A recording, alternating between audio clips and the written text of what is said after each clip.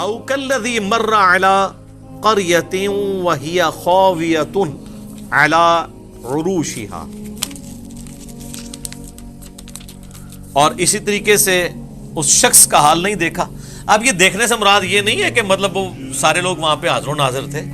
یہ linguistic literature کی بات ہوگی. جیسے قرآن میں ہے کہ کافروں نے نہیں دیکھا زمین و آسمان ملے ہوئے تھے, ہم نے انہیں پھاڑ کے جدا کیا. سورہ الانبیاء میں مراد یہ نہیں کہ کافروں نے دیکھی ہے کوئی ویڈیو, مراد یہ کہ یہ اللہ کی قدرت کا نظارہ نہیں دیکھ رہے ہو کہ ان کو کسی نے بنایا. کہ ایک شخص جو گزرا ایک بستی پر سے جو کہ الٹی پڑی تھی اپنے چھتوں کے بل, یعنی وہ کوئی تباہ و برباد کو کھنڈرات تھے.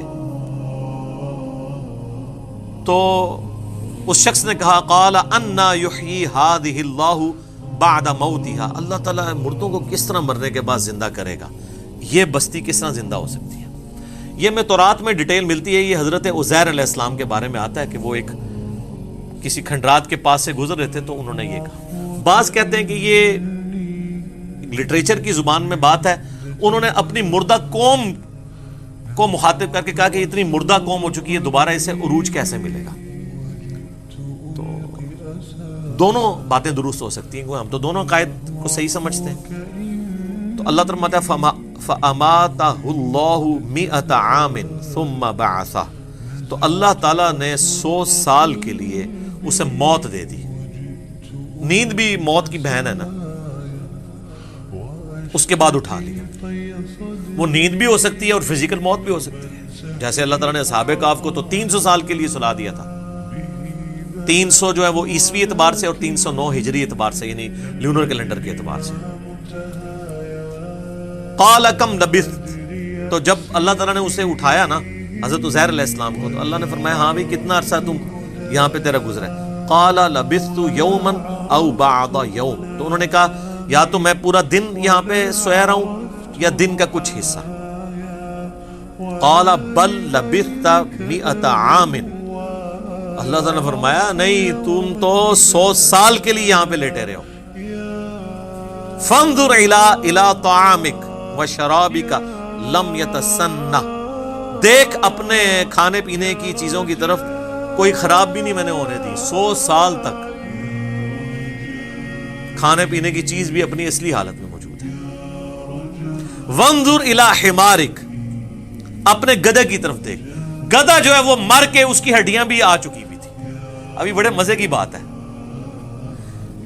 اللہ تعالیٰ چاہتا تو گدھے کو زندہ رکھ سکتا تھا, خوراک کو خراب کر دیتا اور کہتا دیکھ یہ خراب ہوئی خوراک جو ہے میں اس کو کس طرح ٹھیک کرتا ہوں. تو کسی کے دماغ میں یہ بات آ سکتی تھی کہ گدھا 100 سال کی عمر کا بھی ہو سکتا ہے یا وہ لمبی عمر کا بھی ہو سکتا ہے. کھانا تو ایک ٹائم سے دوسرے ٹائم تک نہیں چلتا, الا یہ کہ آپ کسی ٹھنڈے علاقے میں ہو. تو اللہ تعالیٰ نے کھانے کو 100 سال تک, یہ ہے معجزہ, کھانے کو 100 سال تک ٹھیک رکھا ہے, گدھے کو مار دیا. اور آگے دیکھیں کیا الفاظ ہیں. وانظر الی حمارک, اپنے گدھے کی طرف دیکھ. وَلِنَجْعَلَكَ آیَةً لِلنَّاسِ, ہم اسے لوگوں کے لیے نشانیاں بنا دیں گے اور تیرے لیے بھی.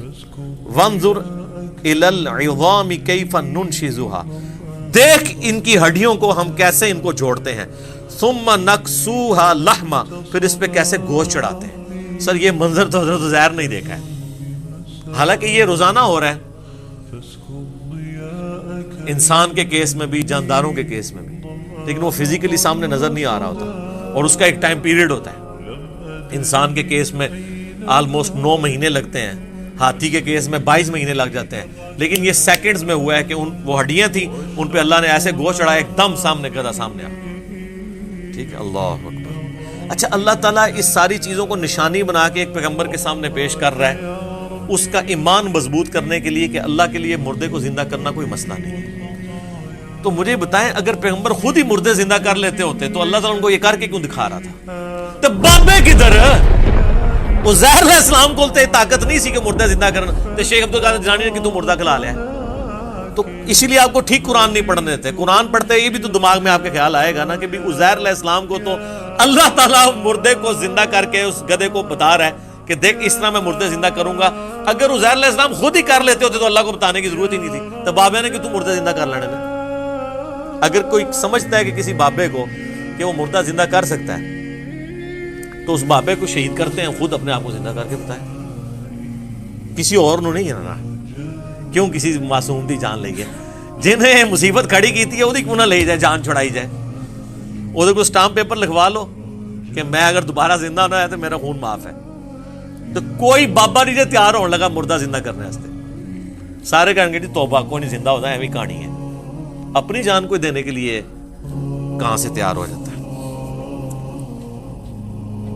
تو دیکھ پھر ہم کس طریقے سے اس کے اوپر گوشت چڑھاتے ہیں۔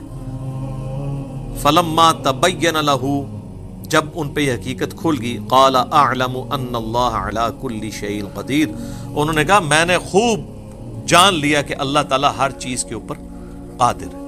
یعنی اس کو کہتے ہیں حق الیقین۔ ایک ہے علم الیقین،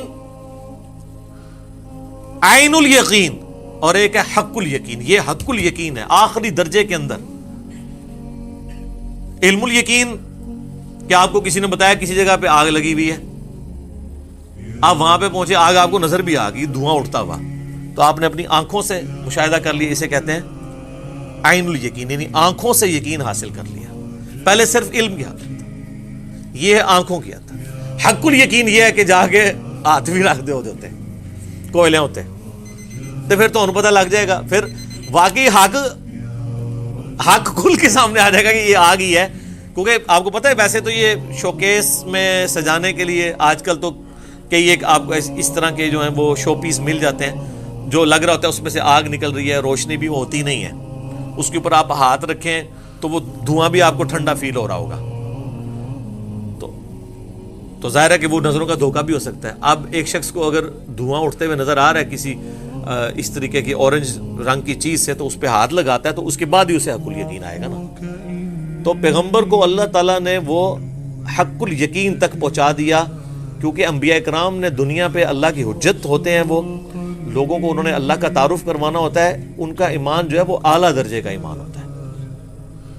تو یہ دو واقعات تھے، ایک واقعے کے اندر کافر کے ساتھ علمی مجادلہ ہوا حضرت ابراہیم علیہ السلام کا، دوسرے واقعے میں حضرت عزیر علیہ السلام کے سامنے مردے کو زندہ کر کے بتایا گیا، اور 100 سال کے لیے ان کو بھی اللہ نے سلا دیا۔ اور آپ دیکھیں حضرت عزیر علیہ السلام 100 سال تک سوئے رہے یا مردہ رہے، اللہ نے دوبارہ ان کو زندہ کیا۔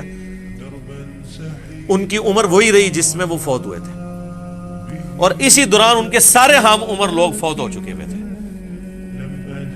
وہ تو جب اپنی قوم میں آئے تو کوئی ایک بوڑھی زندہ تھی، کوئی بڑی عمر والی، اس نے حضرت عزیر کو پہچانا ہے، باقیوں کو تو پتہ بھی نہیں تھا۔ پھر حضرت عزیر نے ان پہ دعوت توبہ امت کے اوپر پیش کی، اور دوبارہ سے ان کو پھر عروج بنی اسرائیل کو ملا حضرت عزیر علیہ السلام کی دعوت توبہ کی برکت سے۔ یعنی اللہ تعالیٰ نے ان کو دکھایا کہ اگر اللہ مردے کو زندہ کر سکتا ہے نا، تو اس مردہ بنی اسرائیل کو دوبارہ سے دنیا کا حکمران بنا سکتا ہے۔ تو یہ دوسرا عروج تھا۔ پہلا عروج ان کا وہ طالوت اور جالوت کی جنگ کے بعد آیا، پھر دوبارہ سے یہ محکوم ہو گئے کچھ عرصے بعد، اور دوبارہ یہ جو عروج ہے حضرت عزیر علیہ السلام کے ذریعے اللہ تعالیٰ نے ان کو دلوایا، اور مردہ قوم کو اللہ تعالیٰ نے زندہ کیا، ان کو دنیا پہ حکمرانی دی۔ تو یہ حضرت عزیر علیہ السلام کا یہ واقعہ